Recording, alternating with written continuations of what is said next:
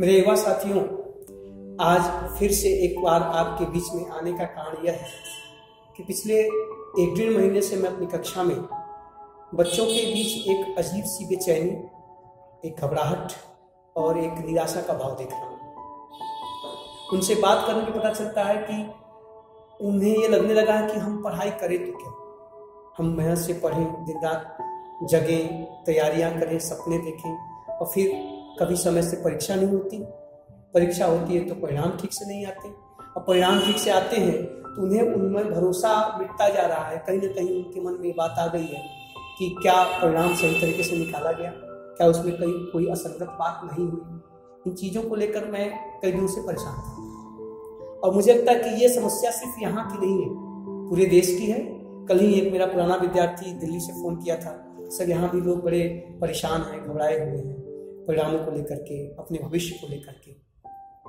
और ये स्थिति अगर चलती रही तो फिर हम युवाओं को अवसाद में लेकर जाएगी, उन्हें पीछे लेकर जाएगी। और पिछले दिनों आपने देखा कई जगहों पर आत्महत्या जैसी चीज़ें हुई, बच्चे परिस्थितियों का सामना करने के बजाय टूट जाते हैं, आत्महत्या कर लेते हैं या जीवन में कुछ उल्टे सीधे फैसले कर लेते हैं और समाज से दूर जाकर समाज को विध्वंस करने या वहाँ असामाजिक तत्वों में लिप्त रहते हैं। सवाल ये उठता है कि ये परिस्थिति है क्यों।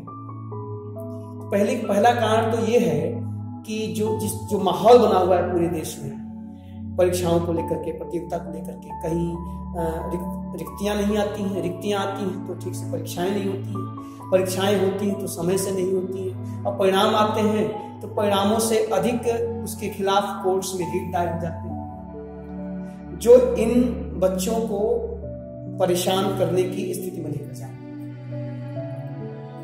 सवाल उठता है कि इसका कारण क्या है। अगर हम कारणों की ओर जाएं तो हमें मूलतः 3 पक्ष इसके दिखाई देते हैं। पहला तो मैं ये कहूंगा कि हम जैसे प्रोफेशनल्स जो इंस्टीट्यूट खोलते हैं, कोचिंग्स खोलते हैं, उनको सब बात दिखाते हैं, हम वादे करते हैं कि 3 महीने की पढ़ाई में हम कुछ ऐसा जादू करेंगे कि बच्चा अचानक टॉप कर जाएगा, उसके सपने पूरे हो जाएंगे। वो अपने पिता की गाड़ी कमाई लेकर आता है, हमारे पास देता है और शायद हम जो वादा करते हैं उस वादे पे खरे नहीं उतरते, जिसके परिणाम स्वरूप उसे जितना मजबूती से समस्याओं का सामना करने, प्रतियोगिता परीक्षा में बैठकर सपनों को पूरा करने की ताकत और जज्बा मिलनी चाहिए, शायद वो नहीं पाता। इसलिए हम जैसे तमाम जो मेरे साथ प्रोफेशनल्स हैं उन्हें सोचने की जरूरत है। दूसरी, मैं निवेदन करूंगा, करबद्ध निवेदन करूंगा बच्चों के गार्जियन से, उनके माता पिता से या उनके सीनियर्स जो भी हैं, कि वो उनसे एक्सपेक्टेशन तो रखें, अपनी एक्सपेक्टेशन पे लादे मत। क्योंकि हम जब भी अपने बच्चे से कुछ चाहते हैं कि वो क्या करे, कहाँ जाए, तो एक बार ये भी जरूरी है जानना कि उसकी अपनी इच्छा क्या है, वो भी जान लीजिए आप। दूसरी चीज कि उससे अपेक्षा वही करिए जो कर सकता है, उसकी क्षमता यहां तक की है तो आप उसे अचानक सोचते हैं कि यहां पहुंच जाए तो ये कहीं ना कहीं उसके साथ नहीं आएगा और आपको लगता है कि मैं उस पर पैसे खर्च कर रहा हूं, उसको पढ़ने का मौका दे रहा हूं, उसको अवसर प्रदान कर रहा हूं, वो जो चाहता है उसे मैं खरीद कर दे रहा हूं। सिर्फ इतने से ही काम नहीं बनता, हर व्यक्ति अपनी क्षमता के अनुसार ही कार्य करता है और हम उनकी क्षमताओं को पहचाने बिना उनके ऊपर अपेक्षाओं का ढेर सारा बोझ लाद देंगे तो बच्चा निश्चय ही उसे कभी पूरा कर पाएगा, कभी नहीं कर पाएगा और जब नहीं कर पाएगा तो अवसाद की अवस्था में जाएगा, जिसका परिणाम कि तमाम बच्चे आत्महत्याएं कर लेते हैं, कुछ घर द्वार छोड़ के चले जाते हैं, कुछ समाज से विरक्त हो जाते हैं। इसलिए हम सभी गार्जियंस को भी इसके बारे में सोचना। और तीसरी बात, चाहे कोई कुछ भी कहे, सबसे बड़ी जिम्मेदारी तो उस पर आती है दोस्त जिसे करना है। कोच हो या गार्डियंस हो, वो आप पे इन्वेस्ट करते हैं, वो आपको रास्ता दिखाते हैं, लेकिन कोच खेलता नहीं है, खेलता खिलाड़ी है। तो मेरे दोस्तों, मेरे युवा साथियों, मेरे बबुआ लोग, बबुनी लोग, आप लोग खिलाड़ी हो। हाथ में जब बल्ला आए, हाथ में जब गेंद आए तो परफॉर्म करने के बारे में सोचिए। इन परफॉर्मेंस से पहले, प्रदर्शन से पहले नेट प्रैक्टिस जरूरी है। आप ठीक से नेट प्रैक्टिस नहीं करेंगे तो मैच में अच्छा प्रदर्शन नहीं करेंगे। दूसरी चीज, जब मैच खेलने जाएंगे, मेरा कहना है जब परीक्षा देने जाएंगे, तो कभी आप अच्छा खेलेंगे, कभी खराब खेलेंगे, कभी औसत जाएगा। तो क्या विराट कोहली ही पिछले मैच में 0 पे आउट हो गए तो उनकी महानता समाप्त हो गई? बिल्कुल नहीं।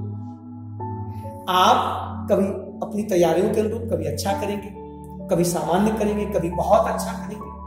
तो हर परिस्थिति में ढलने का प्रयास करें और ये सोचिए कि एक प्रतियोगिता है, इसमें जब द्वंद होगा तो कभी जीत मिलेगी और कभी हार मिलेगी। हमें ये सोचना है कि जीते तो बहुत अच्छी बात है, हारे तो अगले युद्ध की तैयारी ठीक से करें, अगले मैच की तैयारी ठीक से करें। आपने कथा सुनी होगी कि अमिताभ बच्चन जब एक बार अत्यंत निराशा की अवस्था में चले गए थे तो उनके पिता श्री स्वर्गीय हरिवंश राय बच्चन जी ने ये कहा था कि मन का हो तो अच्छा, मन का ना हो तो उससे भी अच्छा। क्योंकि जब आपके मन का नहीं होता तो फिर उस ऊपर वाले के मन का होता है। और जब जब आप असफल हो तो ये समझिए कि आपने जो सोचा है शायद उससे कहीं बड़ा गॉड ने, ईश्वर ने, खुदा ने, भगवान ने आपके लिए सोचा है, शायद इसीलिए आपको नहीं हुआ।